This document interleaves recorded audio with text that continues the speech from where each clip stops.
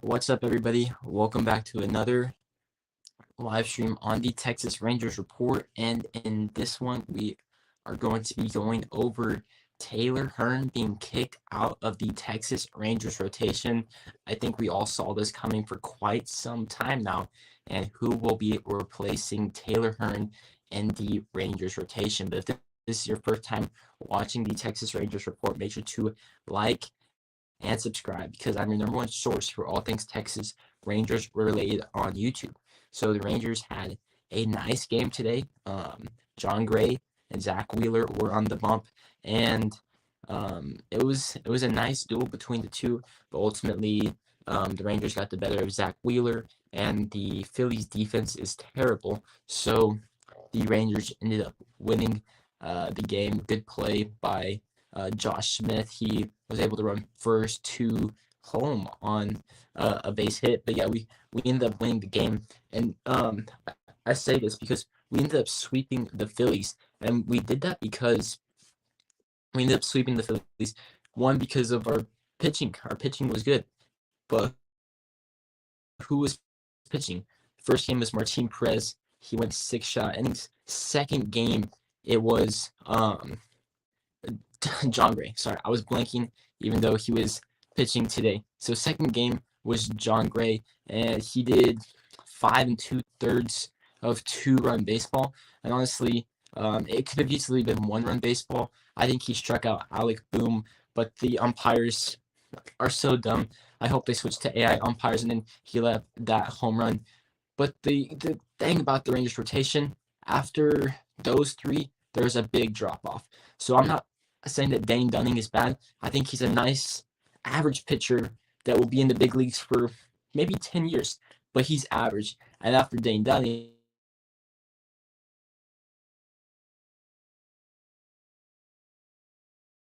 shoot. And after Dane Dunning is a big drop off between Glenn Otto. He's had some good starts, but the jury is still out on him. And then Taylor Hearn has been god awful this year, ERA above 6, and that's why I'm making this video. He has already been kicked out of the rotation. That's what Chris Woodward has said. So in this video, we're going to be looking at some replacements, both internally and externally. So yeah, let's get straight into it. So first of all, what's going to happen to Taylor Hearn?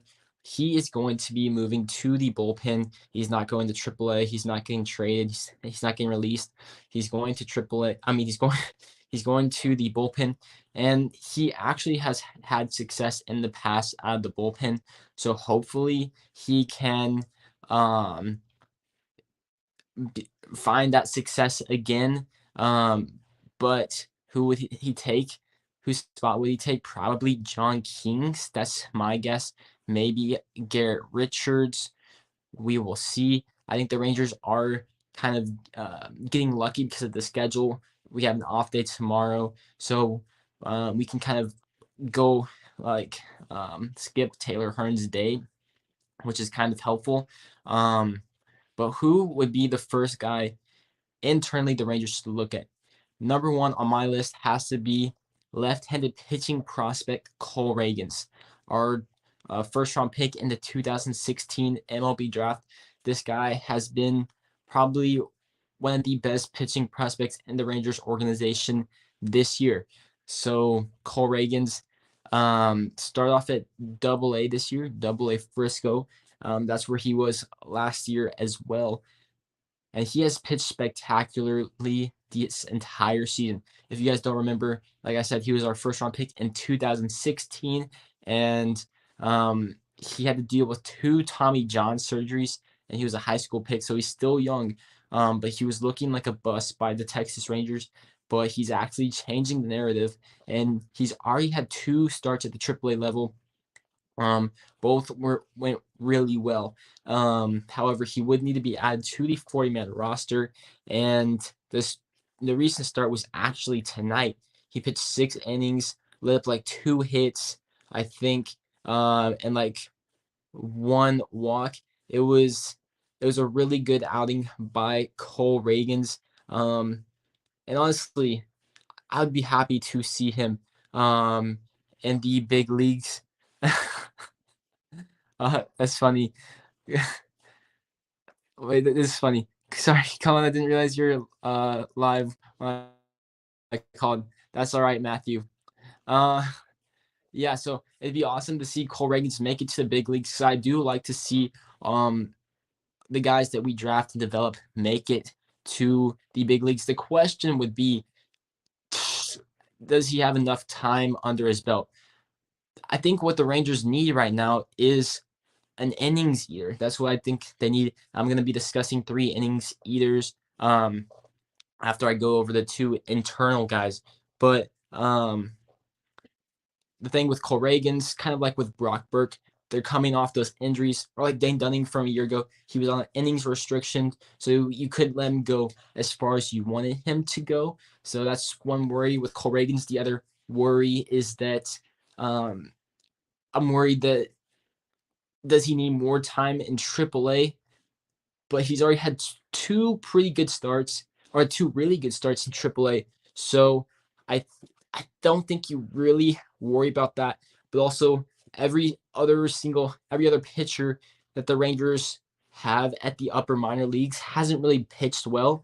If you looked at AJ Alexi, Cohen, Jake Latz, Ko Yarihara, AJ Alexi. So I think Cole Ragans jumps the list on all of those guys that you would call up first. And obviously, eventually, we're going to need a call up soon because we're not going to have all of these off days. So I would definitely have Cole Ragans as the first guy on my list. Yes, we need to add a 40-man spot. Yes, he's only played 2 games at AAA. But remember, the Rangers have done this before. Ezekiel Duran played 0 games at AAA. Joey Gallo skipped AAA. Matt Bush skipped AAA. The Rangers have done this in the past. I don't think they would like him to completely skip AAA, but I think it might be the thing that happens. From Sean McNally, I would love to see Ragans. I just really don't want to rush him. I agree. I agree. But I think it honestly is the most realistic thing that happens. From Teflon Bree, what's up, Colin? Could you see Cole win or Justin Foskey being thrown in a potential trade at the deadline? Actually, perhaps. I'll go more in depth on that. Um, so let me go over the second pitcher, and that is Spencer Howard. You guys all know we got him in the Kyle Gibson deal at last year's trade deadline. And real quick, for all 12 of you that are watching, I really appreciate you showing us the support for the Texas Rangers. But yeah, getting straight back to the video. Spencer Howard, I think, is the second most realistic option. One, he's on the 40-man roster. Two, he is coming off of a pretty good start in AAA. So theoretically, that would make some sense.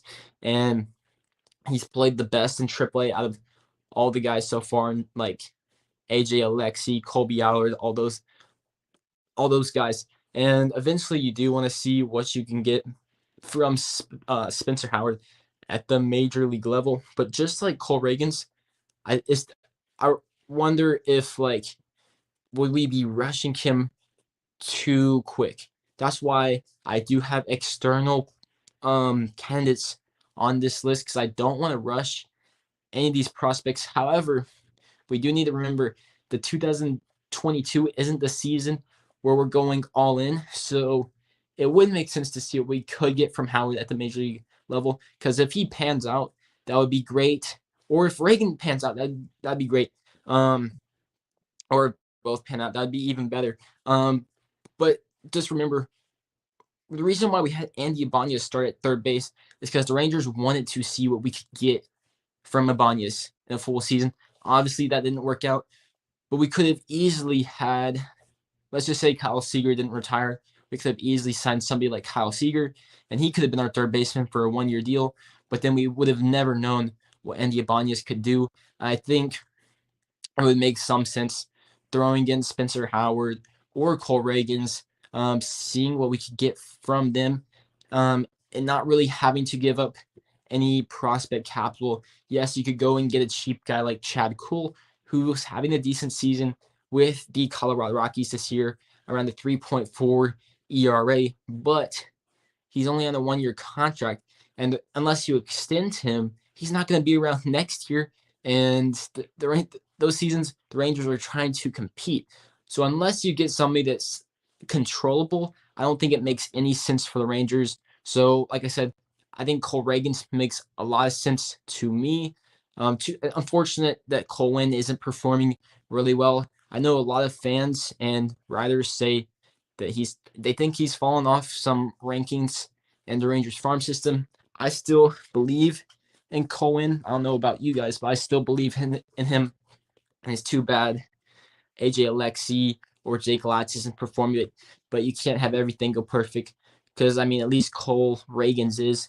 Let me touch on some of these comments from David Navarro. What's up? We have to keep Perez.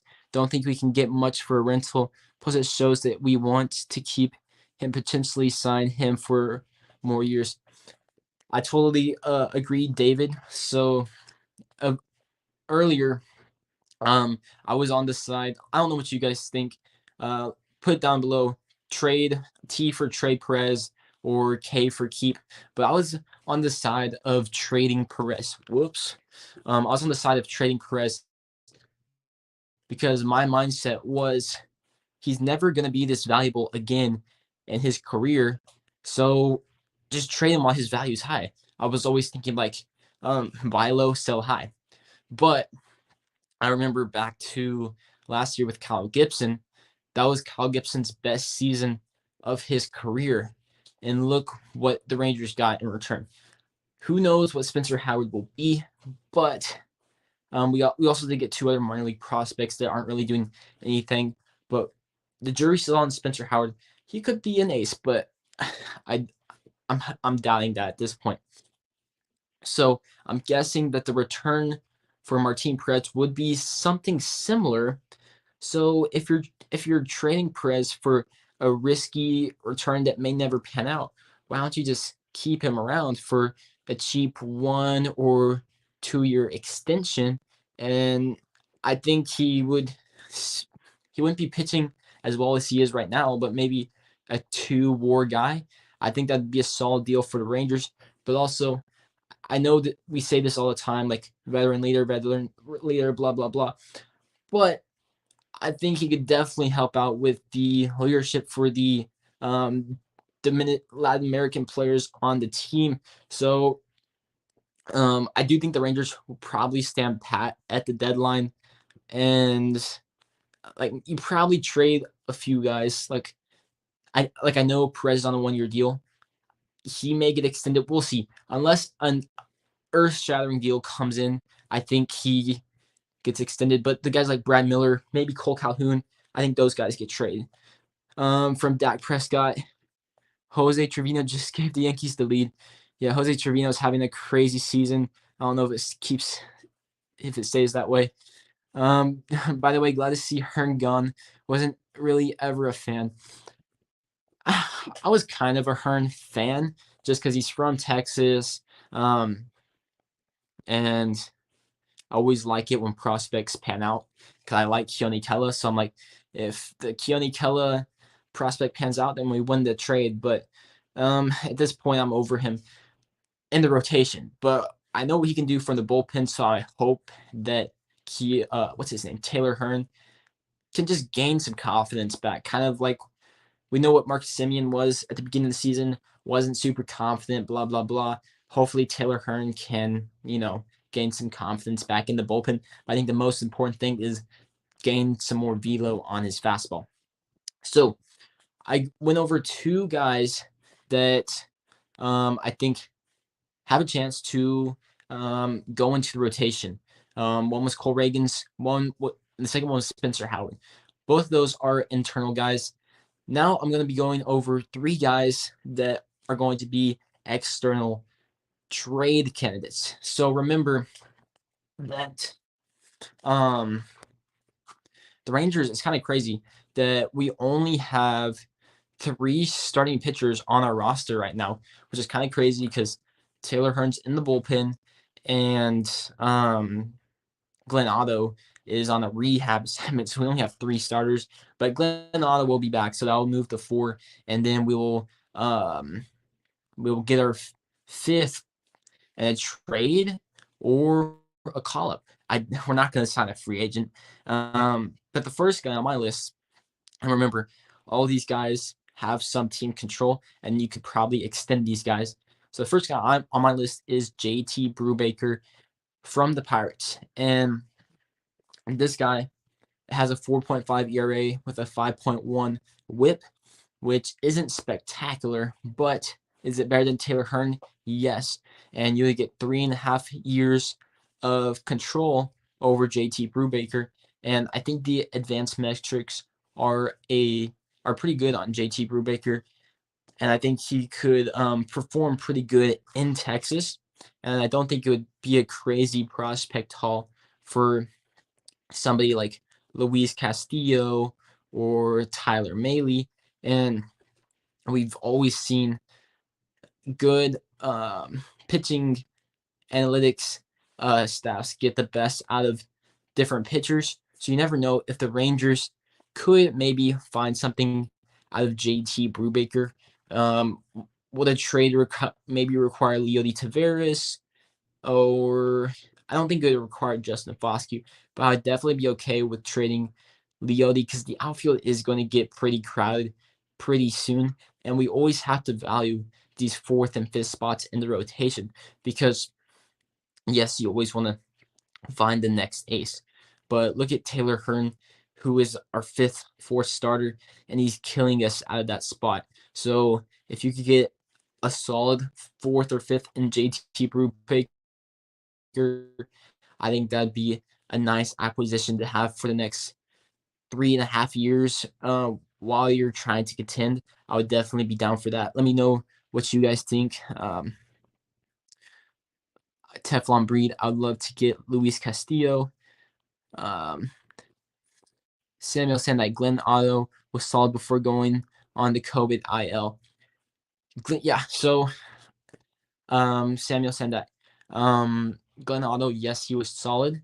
And what was it? He had that one game where he let up like 7 runs, and that really inflated his ERA. But his advanced metrics on Baseball Savant aren't too spectacular, but I personally do like him. I do expect him to regress a little bit, but I think he's a solid guy. But I'm not like in any way saying that he's going to be a part of our future for the long term. The jury is definitely still out on Glenn Otto. From Sean McNally, I know this is off topic, but what are your thoughts on a Garcia extension? He's clearly the heart and soul of the team, and we can make him a Ranger for a long time.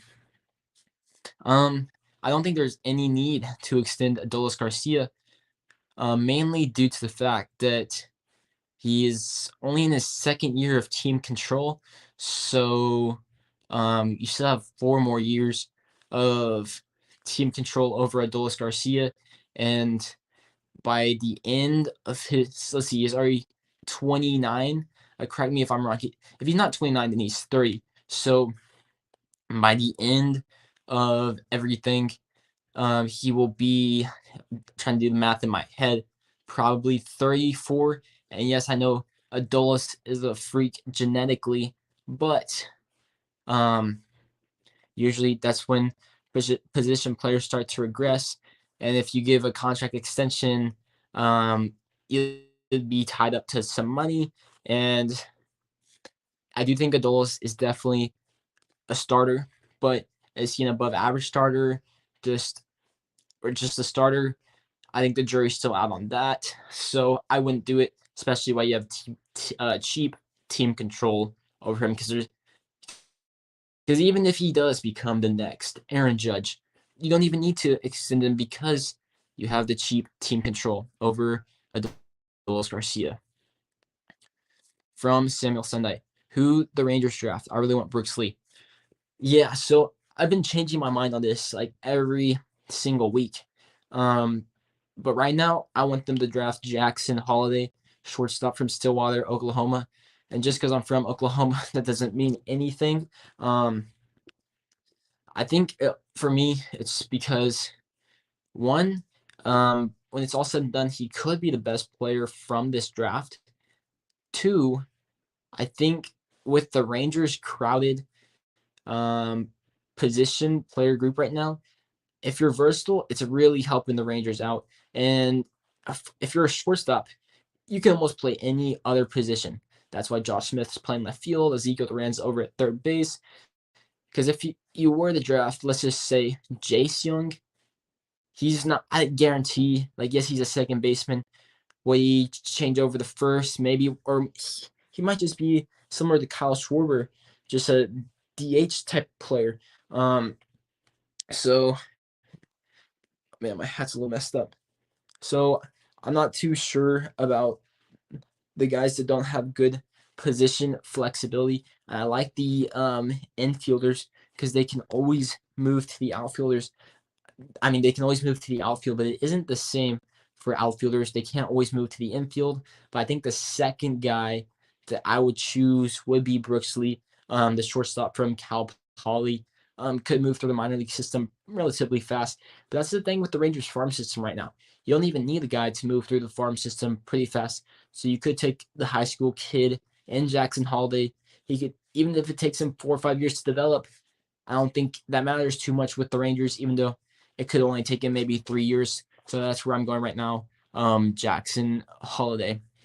It never hurts too much to have a bunch of shortstops.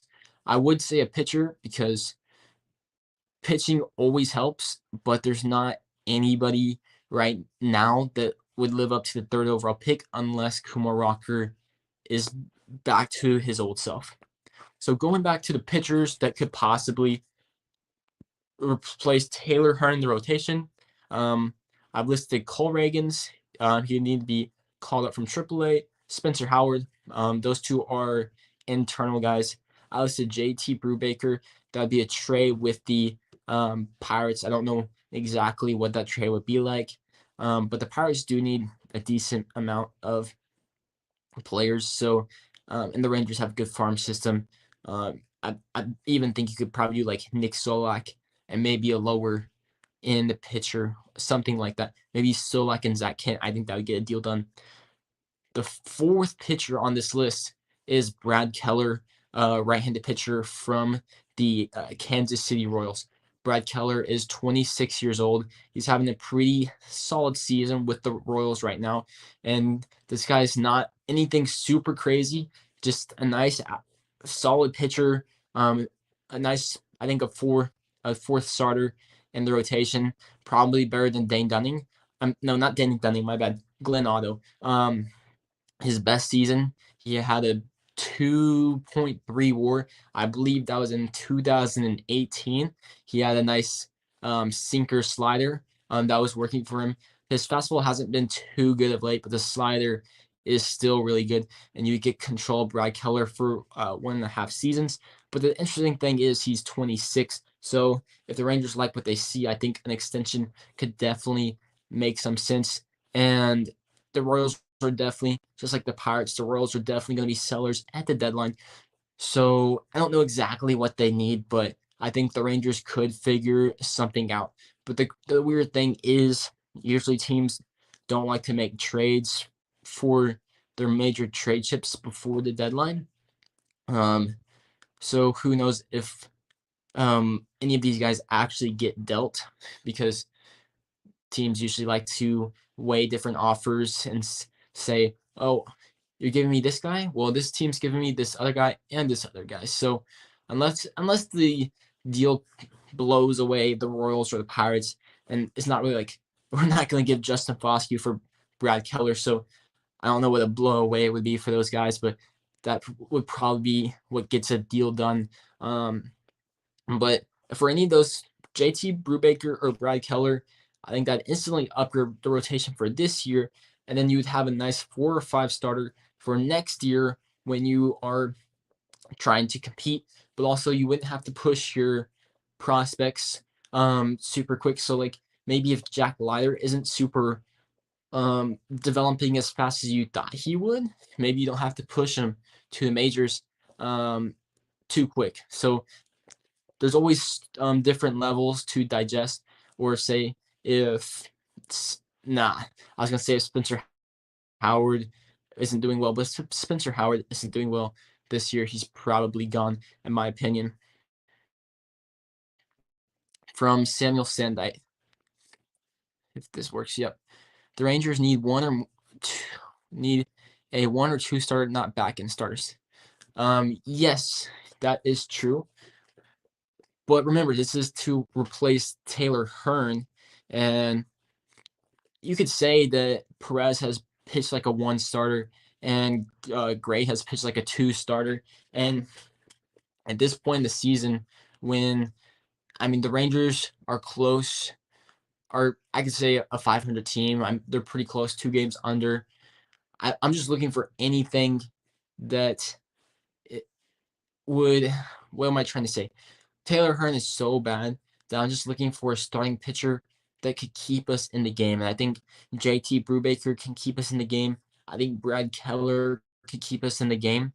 Um, uh, if we're looking at number ones, then there's Shane Bieber. Stay tuned because I am going to be mentioning the last pitcher is a number one, and I think it's a name that a lot of you guys want to hear. But Shane Bieber, who a lot of you guys have talked about, he's on the Guardians, and they're actually first in their division. So I wouldn't count him in. And the thing is that the Rangers need a starter within a week. And the guys like Tyler Mahle, Luis Castillo, those guys, if they get traded, which they probably will, those guys are going to get traded at the deadline, not in a week. So that's why I'm looking at these lower end pitchers with like a 4.4 ERA. Yes, that's not going to be the craziest trade in the world. And you're not going to be like, oh my God, the Rangers front office is amazing. But it's not going to kill you as bad as Taylor Hearn. It's going to keep your team afloat and win more games. That's just what I think. And from Sean McNally, it's a bummer Garcia did not get in the MLB sooner. Yeah, it's because he was from Cuba, so he signed when he was like 22 years old, and he hit the minors when he was like 22, 23, and it took him a little bit to develop, but maybe he's another Nelson Cruz type of player. He enters the league when he's 28, 29, and just keeps on, doing his thing. Obviously, if he were to do that, then he wouldn't be just he wouldn't be the crazy center field right fielder that he is, but he would still need his bat to be pretty good later in his career. So, the last starting pitcher that I'm going to be talking about, number 5 on this list, is Luis Castillo. One, because all of you guys want the Rangers to trade for him. 2, he's pitching well this year. And 3, we all know that he's going to get traded this year. So if you trade for him, he would step right in. He'd be your ace, and he'd replace Taylor Hearn. Boom. That's simple. But out of all the external guys, he's going to be hardest to trade for. You'd probably have to, at minimum, you probably have to throw in Colwyn and Justin Foscue. And personally, yes, Colwyn's on a down year. I still think Colwyn can be a top end starter. I don't know about you guys. That's just personally what I think. And I wouldn't mind throwing in Justin Foscue, if you think about it, because one, his bat's gonna have to carry him because he's just going to be a second baseman, probably a below average defensive second baseman because he has a weak arm. So his bat's going to have to carry him. But also, if you think about it, where is he going to play? Because he's not going to move Marcus Semien away from second base. If he was hitting super well, he could move to first base, but that's a crowded spot as well because you never know. Josh Young could move to first next year. Nate Lowe might still be around. Maybe that goes to Sam Huff, Mitch Garver. You never know. That's pretty crowded right there. So I think Justin Foscue is that one trade chip we have to get a premium starter, and I've kind of accepted that, and I understand that. Even though I love it when our minor league talent moves up to the majors, it's awesome to see them play. Because it's kind of getting, I don't know about you guys, but it's a little tiring just to like sign free agents and just see them leave and have that cycle continue. So I like it when our minor league talent makes it to the majors.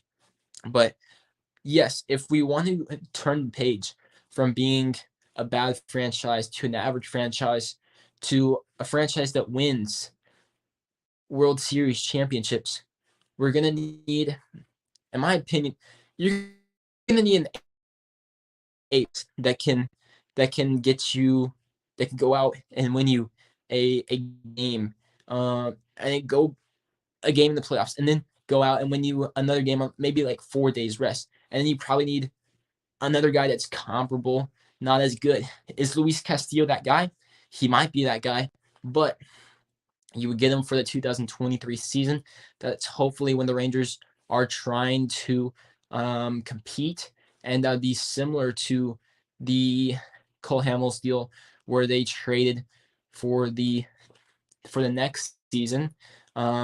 Except Cole Hamels had one more year of control.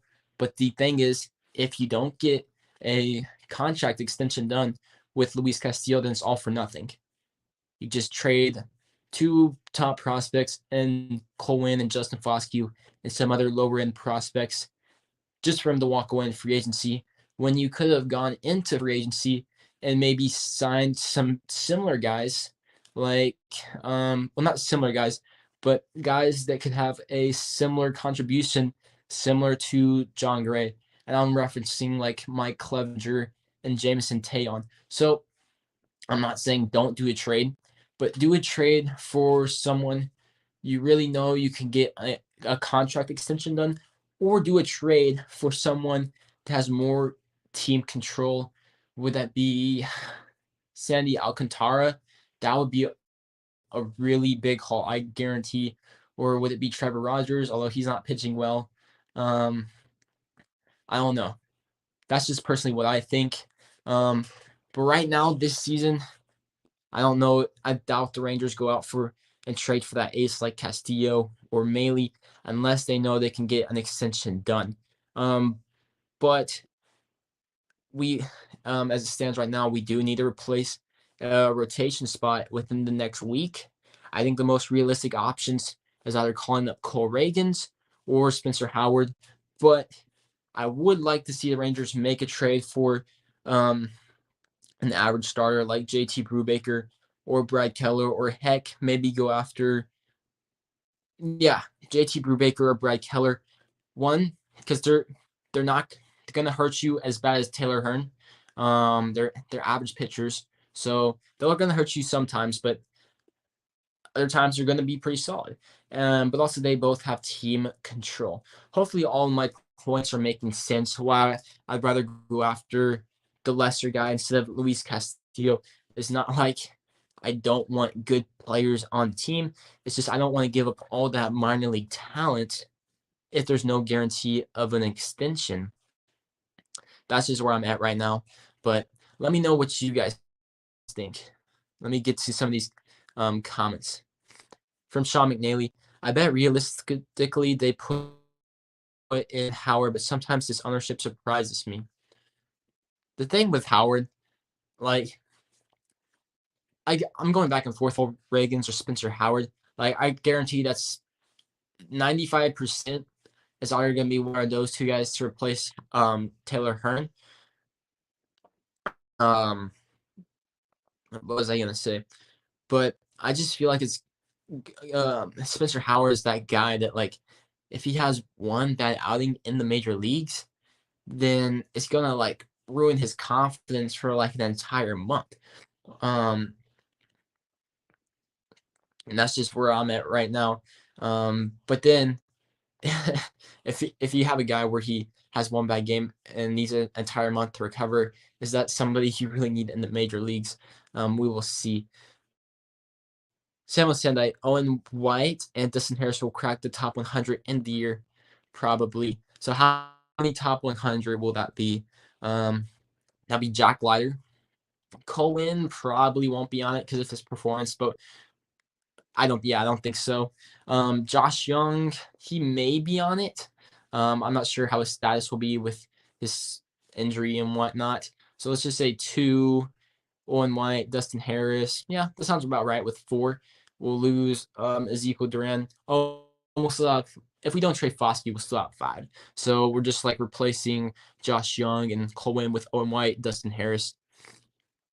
From Samuel Sendai, Cole Winn will be great. Just like we wouldn't give up on Cole Ragans. Let's not give up on Cole Winn. He's only 22 years old. That's what I'm saying. I'm all out for Cole Winn. I really want him to do well. And I'm trying to say this, like, I think it takes pitchers a little bit longer to reach their potential. Just look at Kevin Gausman. He, like, what am I trying to say?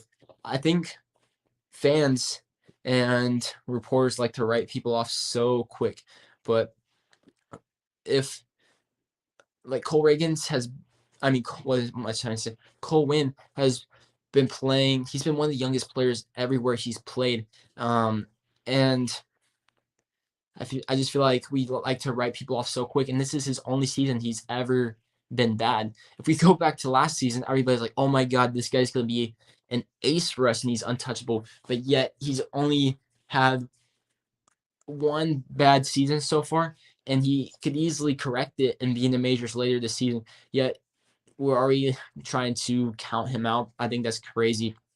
But what I was trying to say, look at Kevin Gausman, look at Carlos Rendon. All those guys took a little bit longer to develop. So, and even Martin Perez is 31. I'm not saying Martin Perez is an ace, but some pitchers just take a little bit longer, and he's only 22 years old. So I'm not counting him out yet, or not. I'm not counting him out. If he has another bad season, then that's worrisome. But I mean, Jack Leiter's having a similar season in Double-A, but everybody's still hyped for Jack Leiter. So come on, guys, give Cohen a break. Sam Masenda, I got a crazy trade. Give the 3rd overall pick player to the Marlins for Max Mayer. Interesting.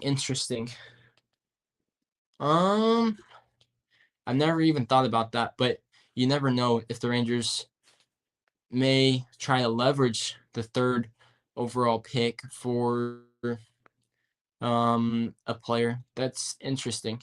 I never thought about that. Is Max Mayer actually that good? I know he's like a top prospect, but has he reached the majors or is he still in AAA? For Sean McNally, we have a lot of talent and not a lot of spots. This is a great recipe for pitchers from trades. Yeah, I think so too. Um, I think another interesting kind of roster crunch is like the first base catcher area. So we got Nate Lowe, Sam Huff, Mitch Garver, Jonah Heim. Let me run down this. So I've already gone over the pitchers about Cole Reagan, Spencer Howard. Those are probably out of those are probably 95% of those two. It's already gonna be one of those 2 guys. But you never know. There could be a chance for a trade because the Rangers may want to see their pitchers give their pitchers a little bit more time in AAA. But I've already gone over that section. So here's a little bit of an extra spill.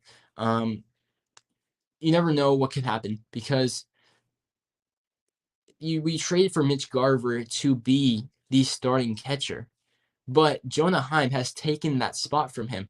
So the reason why Mitch Garver is still getting playing time is because he's been our DH, right? So whenever Mitch Garver's healthy, he's not gonna go back to being a backup catcher, would he? Or would they relegate that to platoon him? I don't know. Or would you call up Sam Huff? Would you want Sam Huff to be on the bench? The thing is, Mitch Garver has 1.5 years of control. Could he be a trade candidate? That could be possible. However, Nate Lowe is just I would say an average hitter at the first base position. So would you package him in some sort of deal? Or would you package Sam Huff in some sort of deal and try to extend Mitch Garver? Because yes, Mitch Garver hasn't been doing well, but he has been done well in the past. So that's an interesting topic right there to discuss for another video. But let me know what you guys think. 1 second.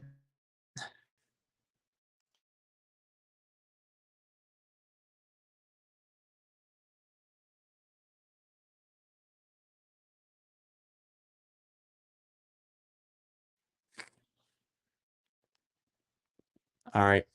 I gotta wrap it up real quick. So I appreciate everybody coming out watching the live stream. But let me know what you think in the comment section down below about any certain Rangers topics, whether it's trades or the open spot in the Rangers rotation. Let me know what you think in the comment section down below. I see those comments from Teflon Breed, Tamar Johnson, or Parada. I'm not too. I've been high. I like Tamar, but I don't know about him playing second base. But yeah, I appreciate everybody watching the video. Make sure to like, subscribe. Sorry I had to end it a little short, but I appreciate everybody watching. I'll see you on the next one. Peace.